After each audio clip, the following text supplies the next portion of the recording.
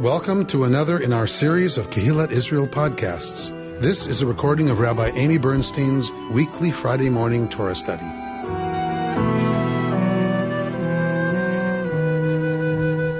Good morning. We are continuing our journey through the book of Exodus. We are at the big chunk of Exodus that is dedicated to instructions for building the Mishkan, building the traveling shrine, as well as all of the accoutrements, as well as the vestments for the priests. And as you know, I've been a rabbi for 26 years. So I've been teaching this parsha for 26 years. Hard to find a new way into the parsha. Yeah, looking forward to digging in a little this morning. All right. So we are going to begin our study at Exodus 28. So we are at 28:1. Ve'ata hakrev alecha et Aharon achicha ve'et banav ito mitoch bnei Yisrael lechanaholi. So you will bring forth your brother Aaron and his sons from among the Israelites to serve me as priests. Aaron, Nadav, and Avihu, Elazar, and Itamar, the sons of Aharon.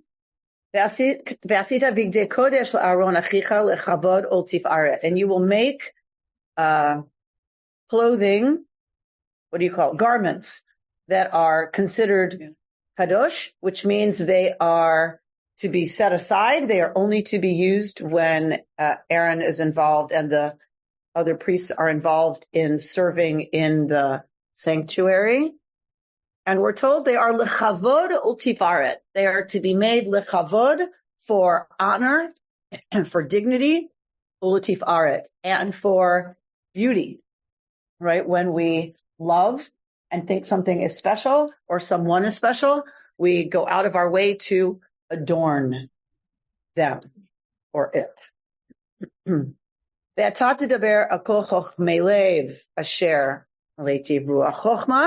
shall speak to those who are chochmei lev. At the women's retreat, we just studied a whole bunch of texts related to the idea of lev, the idea of heart. For the biblical writers, the heart is the seat of thought. So the heart is the place where discernment happens. The heart is the place where all kinds of considerations happen. It's the seat of personality. It's sometimes kind of code for the self. All of it focuses in the heart. So in Torah, the brain is not the seat of thought. So chochmei lev, those who are literally wise of lev, wise of heart, which is in some ways, I think, the more we're starting to understand about how things work, it's a much more comprehensive understanding of personality than we tend to do when we cut everything here, at rational thought that we tend to celebrate, of course, in the industrialized West. So who is supposed to come forward to make all this stuff? Those who are wise of heart. Is wise a good translation of chokhmah? Chokhmah is wisdom. But isn't that what God uses to create the world? You're not rabbinic, which is fine, but even they would say wisdom. Yeah, no, I mean wisdom, but I mean it's almost with a capital W. For the rabbis. For the rabbis. For the rabbis. Here, no. For the biblical author, no. It is post Tanakh, post 5 books that you kind of get that bigger Sophia, that whole idea of wisdom with a capital W. So the translation skillful is not wrong. It just misses how the biblical world would have understood talent. Talent in the biblical world is not just about your ability. It's about your proclivity of what you would do with it. Right? So think about singers or piano players or violinists, whoever. They can be very skilled, but they don't move you. Right? They're technicians. So that's talent. Is that chochmei lev? Probably not, right? Like you have to bring your heart to the work. You have to bring yourself to the work for it to shine, right? For it to be beautiful. All right. So you're going to say to all of the Chochmei Lev, right? That who I have given Ruach Chochmah, the spirit of wisdom. So this is understood in the ancient world. This is always understood as a gift from God. This is not you. This is not your abilities. This is the gifts you have been given. So we often say, right, they're gifted, right? Meaning that, they're talented. So who's that gift from, right? Obviously in the biblical world, it is, of course, from God.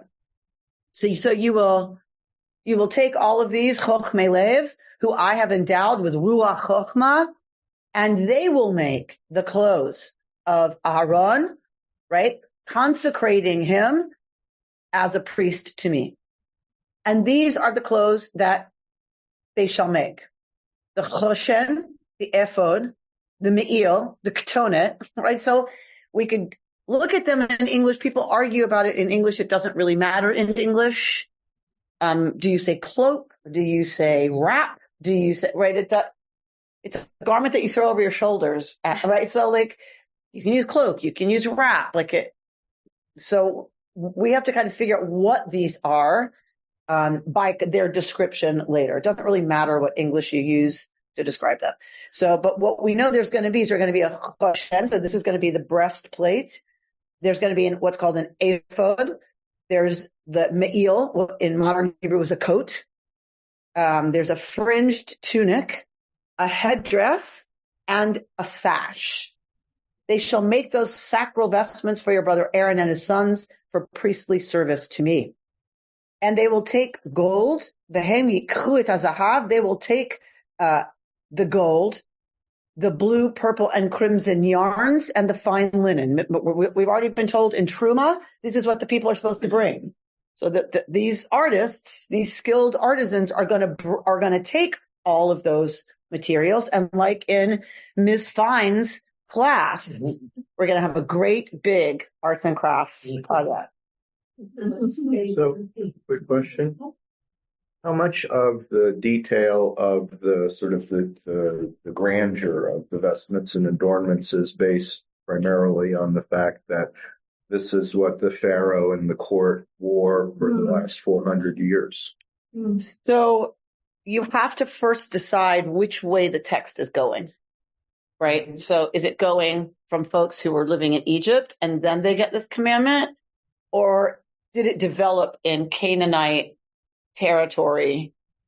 Right. But right. And then the story gets told that they went to Egypt. So if it developed in Canaanite territory, though, then wouldn't there be any archaeological record of non-Israelite peoples having rituals with any of these kinds of artifacts? We know that these people had these rituals. All of these rituals come out of ancient Near Eastern pagan worship, not Egyptian. However, having said that, Egypt and Mesopotamia were the two great empires. There's no way that anybody who wants to make their stuff special is not informed by the royal courts and the priesthood of all of these places. So there's some discussion in Knoll and other sources about what do you call stuff having to do with the king? About royal garb. How much is about royalty? How much is about magic and other kinds of? So there's debate about it. But for sure, if your people are going to have the most special garments there are, then you're looking to the most wealthy and powerful and celebrated garments around, which are, of course, pharaonic folk, the court and the priests, as well as in Mesopotamia. We still do that, though, with movie people or singers. I think it's terrestrial human culture. It's interesting that the people who made these weren't just people who blindly had to follow instructions. Even though they need to follow the instructions, they needed to have the chokhmah on top of following the instructions. Beautiful. So there was a human input to this as well as God saying. So it's a partnership. It's a partnership. God doesn't say, just bring me people who have nimble fingers. Right. That's because I'm giving them but beautiful. So that God wants folks who are going to also bring something to the creation of this. Beautiful. You use the word katan also. No, I use the word ketonet. Oh, okay. So Joseph wears a ketonet pasim. This is a ketonet tashbetz. So katan tali. That's the word katan with a kuf, meaning small. Ketonet is with a chaf. Yeah. It's a different letter. Kuf and chaf are different letters. Ketonet is a coat. Katan is about small, is about size. They are different etymologies. They are different words entirely. It's like SEA and SEE. They have nothing to do with each other. Okay. All right. So, so you will receive all of that. They will receive all of that, and they will make the ephod of gold, blue, purple, and crimson yarns, and of fine twisted linen worked into designs. It shall have 2 shoulder pieces attached. They shall be attached at its 2 ends. We're not going to go into too much detail about this stuff. I have in years past. Those of you who haven't heard it, go on the podcast. You can hear all about these garments and see on YouTube attachments of what they look like. The decorated band that is upon it shall be made like it, of one piece with it, of gold, blue, purple, and crimson yarns, and of fine twisted linen. So now here's one of the things we're going to be focusing on this morning. And you will take shtei avnei shoham. You will take 2 stones, and you will engrave on them Shemot b'nei Israel, the names of the descendants of Israel. In the ancient Near East, the work of the lapidary was celebrated, especially in cultic and royal circles, which is the art of micro engraving. Yes. So they had a level of highly skilled artisans working. Now, what time point? I mean, you said 2,800 years ago, the Bible was written. What time frame did they have this level of success? They had to have a successful trading and farming community for, a level of craftsmanship. They had that 2,800 years ago. Indeed. How much earlier than that did they have that? Is there any So technology develops. It depends which technology you're asking about. This is all about weaving and micro engraving. So weaving has been around forever. Now you're just weaving gold thread, which had to be beaten into thread, but that's not a high level of technology necessarily, right? Micro engraving, I don't know what that involves. I am not skilled in the stone. I don't know stones very well, but it was a specialty. So it was expensive. Like not everybody did it and not everybody had access to it. So there are some of these technologies that are known, but nobody has access to it. Done with tiny little chisels of hardwood and a rock. It's very difficult to get the stick not to break. Right. And of course, no computers to figure out placement of it. Right. So it's all done by skill so the technology exists, but we can say today, the technology to take a pig's heart, and transplant it into a human is there. How many people who have heart disease have access to that option? Right. So, and go to other places in the world today where technologies exist that most people do not have access to. All right. So this is the work of a lapidary. This is the work of micro engraving, and those names, six of their names on the one stone and the names of the remaining 6 on the other stone in the order of their birth. This is going on the shoulder pieces that hold the ephod onto the high priest. On the 2 stones, you shall make seal engravings, the work of a lapidary, of the names of the people of Israel, having bordered them with frames of gold. So the stones are bordered in frames of gold, and the names and a seal is engraved on them. Attach the 2 stones to the shoulder pieces of the ephod as stones for remembrance of the Israelite people, whose names Aharon shall carry upon his 2 shoulder pieces for remembrance before God. Okay, so remember that. See what I did there. So Avnei Zikaron, stones of remembrance, that Aharon's going to bring with him into the space that only he can go into, right? That only the priests can go into. Then make frames of gold and 2 chains of pure gold. Braid these like corded work and fasten the corded chains to the frames. You shall make a breast piece of decision, worked into a design. Make it the style of the ephod. Make it of gold, blue, purple, and crimson yarns and of fine twisted linen. It shall be square and doubled, a span in length and a span in width. Here's what I want you to pay attention to. And set in it mounted stones in 4 rows of stones. The first row shall be a row, and some of these terms are debated. Trust me, I went down the rabbit hole because of the new ark that we're building and the new sanctuary stuff. I went down the rabbit hole big time. So some of these are debated, like what this means. Because remember, they're terms from a long time ago. What people interpret them to mean are different. So a row of carnelian, chrysolite, and emerald. The second row, turquoise, sapphire, and amethyst. The third row, jacinth and agate and a crystal. The fourth row, a beryl, lapis lazuli, and a jasper. Beryl can also be, here's the rabbit hole, onyx. I'm giving you a little hint about what might be in the new sanctuary. Onyx, a lapis lazuli, and a jasper. They shall be framed with gold in their mountings. The stones shall correspond in number to the names of the sons of Israel, 12 corresponding to their names. They shall be engraved. All right. The tribal stones. Yes. They shall be engraved with the names. What happened? Yeah. Sorry, y'all. It's only been 3 years since I've been using this technology. Okay.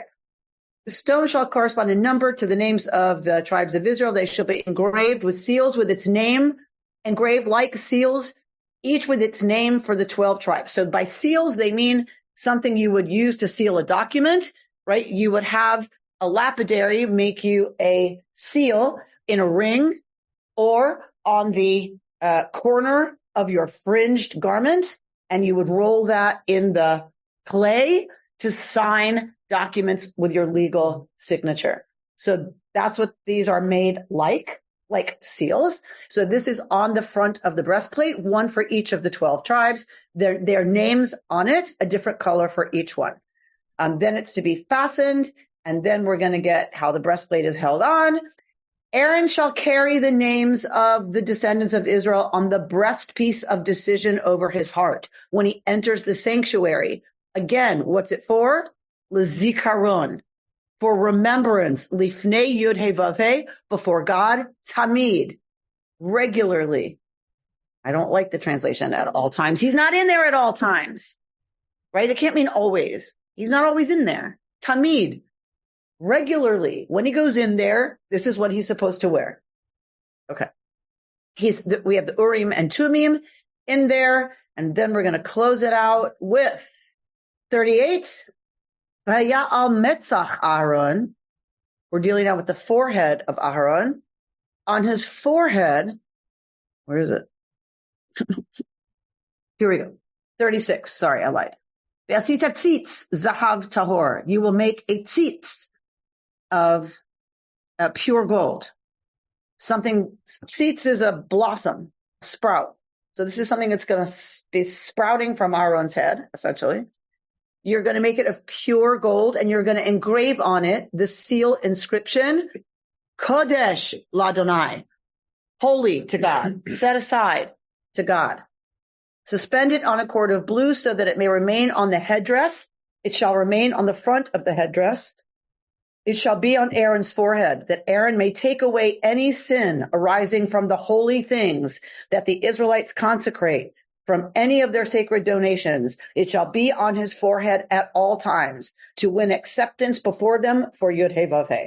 So this has the ability somehow to take away like anything that's sticking to the service items, any dross that hasn't been cleaned somehow. This band, Kodesh Ladonai, declaring holy to God, will somehow like take care of that. And then is this gold brought from that they borrowed from the Egyptians? Probably. If we want to get literal about the story, yes. They wouldn't have it otherwise. Right. All right. So then we finish out with what he's supposed to wear, and then he's to wear this when he is serving in the sanctuary, so that they do not incur punishment and die. It shall be a law for all time for him and for his offspring to come.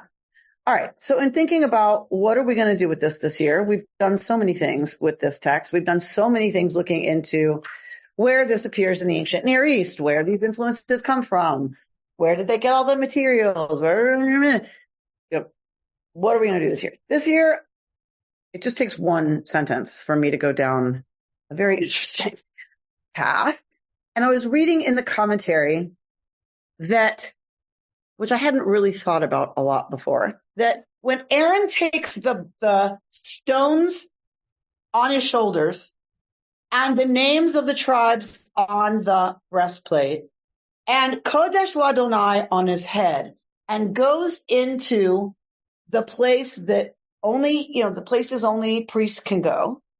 And of course, he's going to go into the Holy of Holies and only he can go in there. These are the only words in the sanctuary.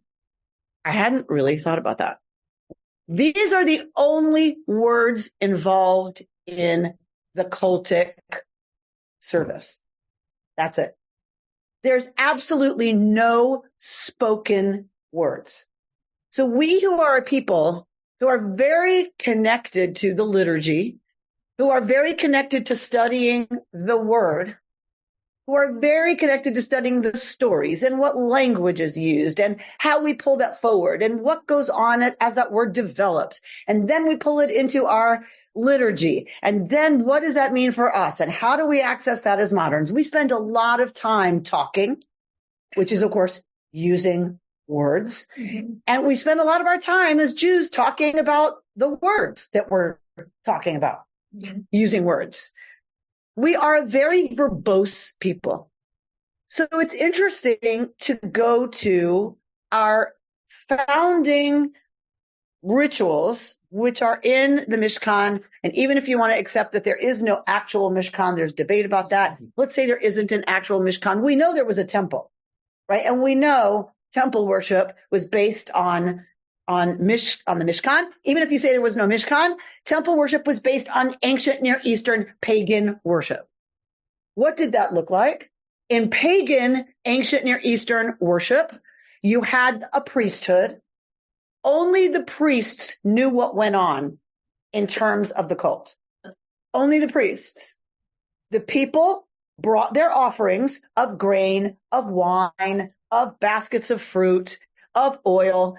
They bring forward their sacrifices. They bring that forward. The priests come out of the sacred space to receive them, and they take them and place them on a gifting bench made of plaster inside the sacred space where only the priests can go. This is very much ancient Israelite cult practice. But we know there's a shift in theology. Right? There's a change.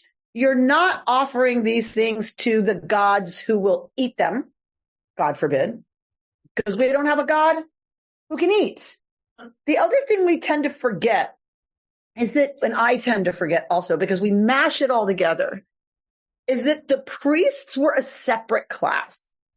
When you talk about the elite intellectuals, the elite theologians, if you look at the priestly Torah itself, the priestly texts, God is never talked about as anthropomorphic or anthropopathic. God is never described as having any kind of human form, nor is any kind of thought or emotion ascribed to God. In the priestly Torah, we have a lot of it in other places. God gets angry. They pray to God to do this and to do that. It's God's will that. God requests that. God responds. God forbid for the priestly Torah. In the priestly Torah, there is no anthropomorphism and no anthropopathism. So God is a force. We've talked about this when we've looked at pure and impure. God is a force, is a energy kind of metaphor is what we could use. And you have to do what you need to do to prepare the sacred space so that that force can abide there and protect the people just by virtue of the fact that it's there. So you're doing everything you can to draw it and to not repel it. That's why everything has to be kept pure, or the divine power force can't be there. So you don't want to repel it. There is an understanding of that in the ancient Near East. There's also propitiating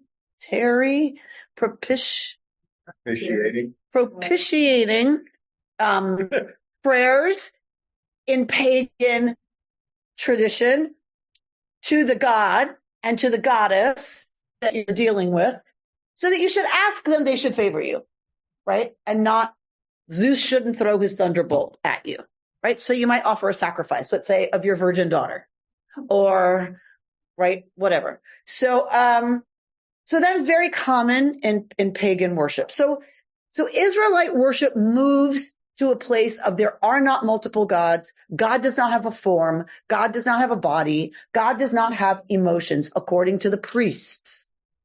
All right. So why is that such a big deal that there is no speech in the priestly cultic practice? Let's ask the scholars, shall we? Let's ask the experts. All right. So as always, because these sheets are public and my name is on it, I put the verses that we're dealing with. I know we just read them. You don't need it, but people who find the sheet are going to go, what is she talking about? So just to be clear, the priests are doing this, sort of going into the Mishkan on behalf of the people of Israel. correct. And then when they come out, what is their job? Is it anything? What do you mean? Is that the only thing that priests do? Their job is only to prepare themselves and scarf and then go into the Mishkan. Yes. They have a lot of work to do. They're busy all day because you're slaughtering a lot of animals. You have to clean up a lot of blood. The difference between what they're doing and other cultic practices is that they're doing it on behalf of the people. I think other pagan religions would argue they are too. So that their people don't lose in a war, so that their people can be forgiven for their, we could argue to what extent and what degree, but the priesthood is there to function as a mitigating staff between the people and the gods. Dave? I asked the same question last year, but forgot the answer. Okay, great. This is job security, so go ahead. I'm thinking of the vision going to the desert and the Holy of Holies in space, and I'm good with the temple, which is stationary. Okay. But I can't, so the Holy of Holies space is moving. Yes. All the time. Yes. It's being basically constructed by the priests. Yes. So they're creating, every time they pick up and move, they either consecrate or so it's not so much God is creating the holy space, the priests are creating. No. God forbid. God forbid the priests are creating holy space. God forbid. The priests are demarcating what will be within the space of the Mishkan, the place that the ark resides. God's presence on the ark creates the holiness of the space. So she, or whatever, resides in the ark.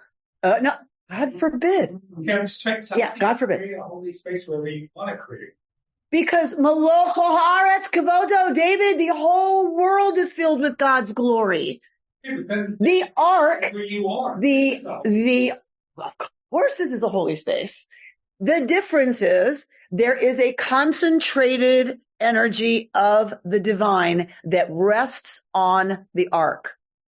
It follows you around. Yes. You're carrying God's apartment with you. When you put the apartment down and you do the right things, God moves in a different way than God is everywhere else, but God is everywhere. So the space, okay, it's a movable piece, they say. Yeah. Right.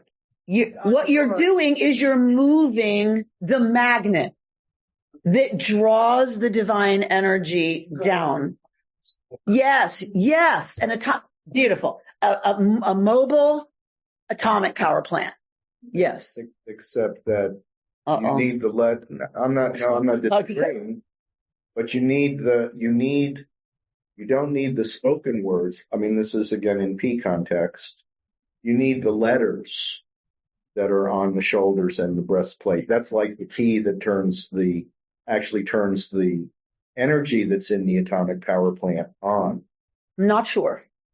I'm not sure that's the key. There's a reason. L'zikaron. We're told the reason. For remembrance.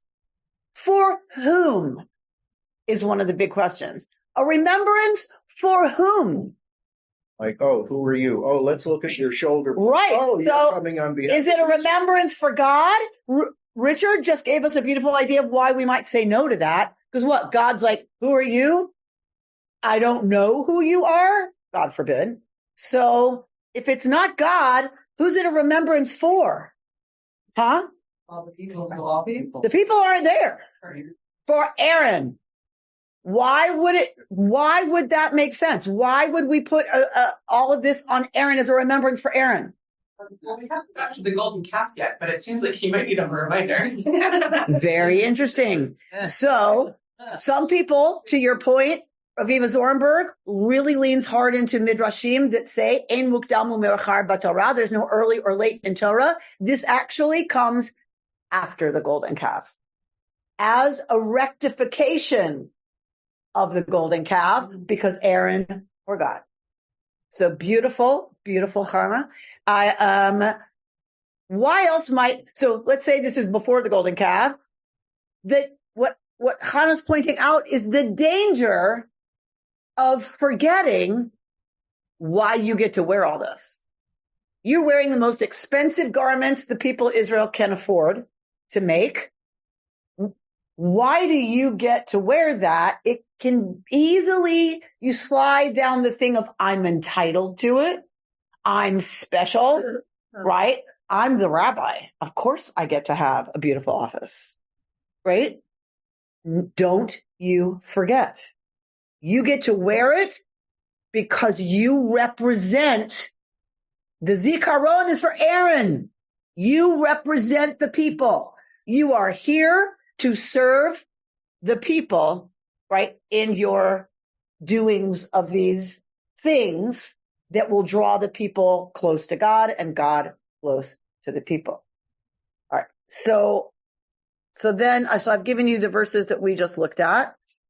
All right. So I'm going to look at Yechezkel Kaufman, brought to us by Israel Knoll, who I had the great honor of studying with at Hartman in Israel, with Knoll. I didn't understand half of what he said. I was like, sure. Okay. He knows he's an expert in Israelite cult practice, and he's an expert at knowing what comes from Samuel, what comes from this, what comes from that. We find mentioned in the prophets. He just can quote all this stuff. It's ridiculous. And remember that the Torah is layered. We tend to think of this first and then comes the prophets, but we know some of this stuff is right at the same time. He knows all of that. He knows which texts are at the same time, which he would argue came earlier or later. I've told you there's an argument for an early or a late P, right? So Knoll is going to be quoted. He brings forward in his article from the Journal of Biblical Literature. He brings forward, and in his book, The Sanctuary of Silence, he brings forward the argument of Yechezkel Kaufman, who he responds to a lot. So let's look at Kaufman on this idea of the only words were these words written on Aaron. The priestly temple, says Kaufman, is the kingdom of silence. In Egypt, Babylonia, and in the pagan world in general, word and incantation were integral parts of the cult. Act was accompanied by speech. The spell expressed the magical essence of cultic activity. In more developed form, pagan rituals might be accompanied by mythological allusions relating to events in the life of the gods. Speech thus articulated the magical mythological sense of the rite. He makes no reference to the spoken word in describing temple rites. All the various acts of the priest are performed in silence. Not only have spells and psalms no place in the priestly cult, even prayer is absent. Priestly speech is found only outside the temple or apart from the essential cultic act. This silence is an intuitive expression of the priestly desire to fashion a non-pagan cult. Though the detail of the priestly rites, magical in origin and essence, could not be done away with, the magical motivation made implicit in the accompanying utterances was eliminated. Therewith, the Israelite, you can tell how long ago this article was written, therewith, the Israelite cult became a domain of silence.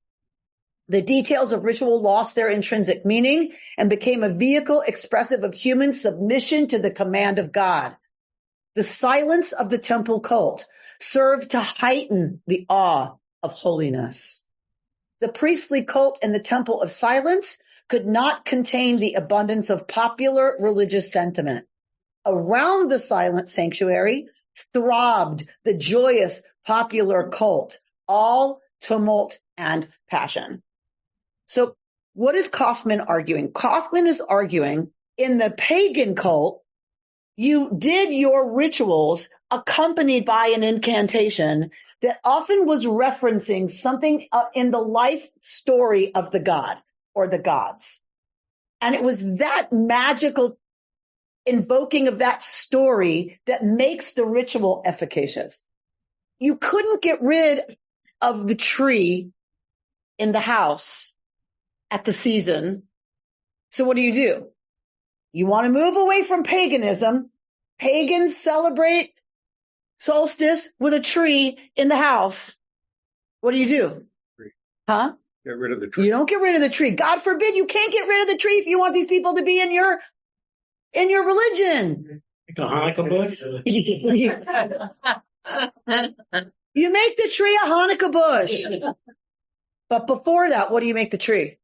Oh my God. This is how much we live in a Christian culture. You make the tree a Christmas tree. The tree was a pagan tree, people. It was a pagan ritual. If you want those people to come into your new religion, Christianity, and stay there, Bring their symbol. You have to bring their symbol and their practice in the winter into your new religion, or they're not going to buy it. They're not going to stay. Because do they really care about the theology of now there's a son of God and sin and blah, blah, and he will save you? The popular religion? No, they don't care. They want their tree. That's what they care about, right? They care. Popular religion doesn't really care about the theology. Whatever, y'all talk amongst yourselves. We want the party. We want the songs. Who's got the playlist? Like who brought the speakers? Like we want to dance. That's what we care about. Kaufman is saying that's exactly the same in Israelite religion. The people didn't care about, is there an incantation? They weren't a part of the cult, elite, temple structure. They were on the streets partying. And then leave the streets and you get to kind of the temple compound, and now you've got your Levites, right? You got your band, right? And if you're wealthy enough and have connections, you can get close enough to hear the band. Otherwise, you got people strumming guitars and on their, I guess, lyres, whatever, and on their lutes and whatever playing, and everybody's singing, right? Kaufman is saying there's layers of Israelite relationship to the religion of ancient Israel. And out on the streets, you have people dancing and singing and eating and whatever. But in the temple itself, it is a sanctuary of silence. So, not to make this sound blasphemous in any way. God forbid. But is it sort of like the people are going to keep on partying like it's the golden calf, and what you all do in there, we can't see. We don't care what you call it. we're going to continue having the good time we have, and then essentially all the gold stuff, that's whatever they do with the golden calf, we don't care. So I think, yes, to an extent. To an extent. They're not allowed to make a golden calf, right? There's things they're not allowed to do, but you can sing the songs that you sang at the calf. You can still do the dances you did around the calf. There just can't be a calf. Because we now, elite, have moved on, and we now understand the right way to be in relationship to this force that we're calling Yud Hey Vav Hey in this new religion. How new is it for the converted Canaanites on the street? Maybe not so new. But maybe, and this was the first time I had this insight, maybe this is one of the reasons the cult practice of the Israelite priesthood is published. We're not doing the same thing that the Canaanites were doing. We don't speak words when we do this. We don't sing a hymn to Isis when we offer the incense smoke. We're not invoking magical formulas to make the ritual work. We are responding to the revealed command of the highest power that says this is what you do and it will work. And there's nothing that has to be spoken. Maybe that's why it's published. David? I was going to say that the emphasis on the garments, the part that we just read in the session, is not really word of God or the commandments. It's about, actually, it's the tribes. It's more like being a people and, uniting all tribes that have probably have trouble getting along together, I would imagine. Yes.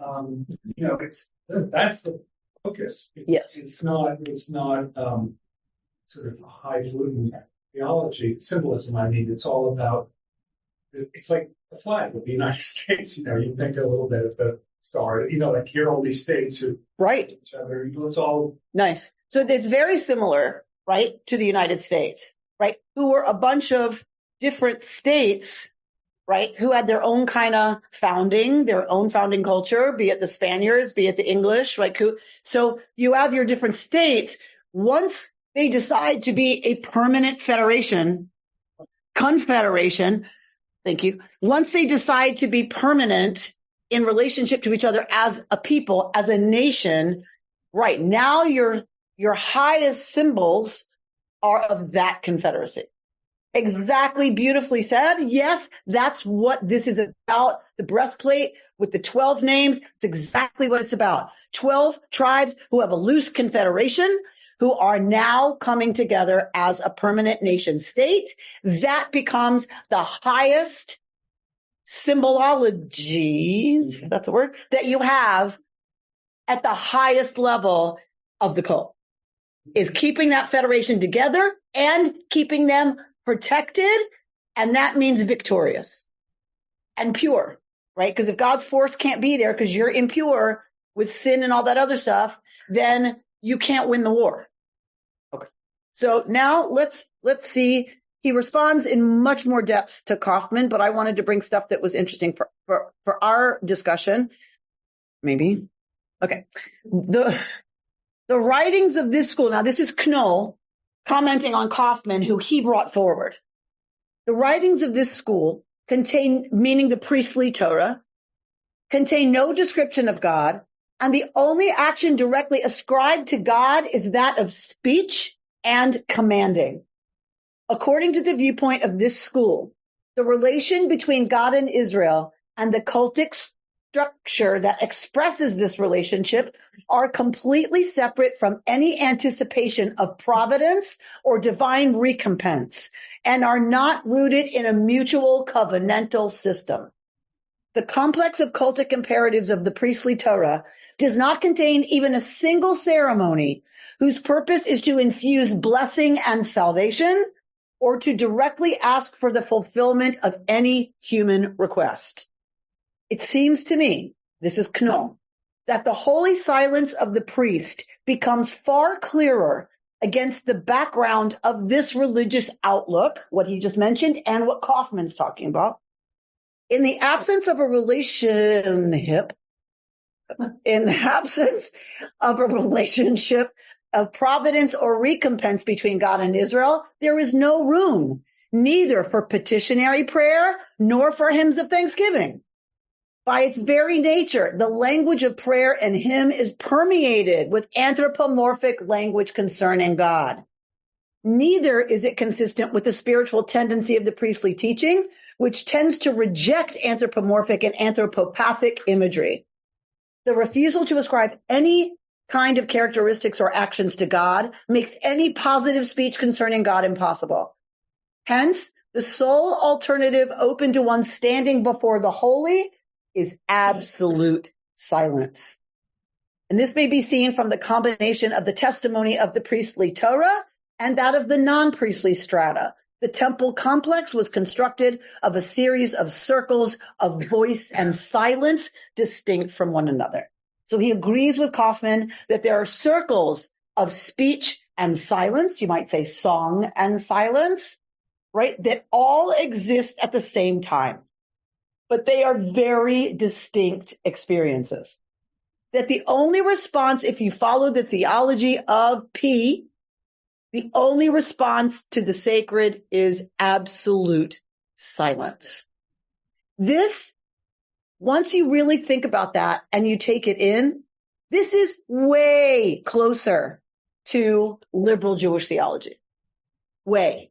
So we tend to think of ourselves as so modern, we are so evolved, and we've left all that priestly nonsense behind. But really, petitionary prayer, think about it. Petitionary prayer, which is the entire Siddur, thank you, thank you, thank you, help me, help me, help me. Petitionary prayer, or even, what's the other one?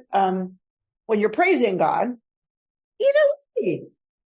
You're talking to a God, traditionally, that you believe is impacted by that. That is a way more anthropomorphic experience of God than P. P doesn't have a being to talk to.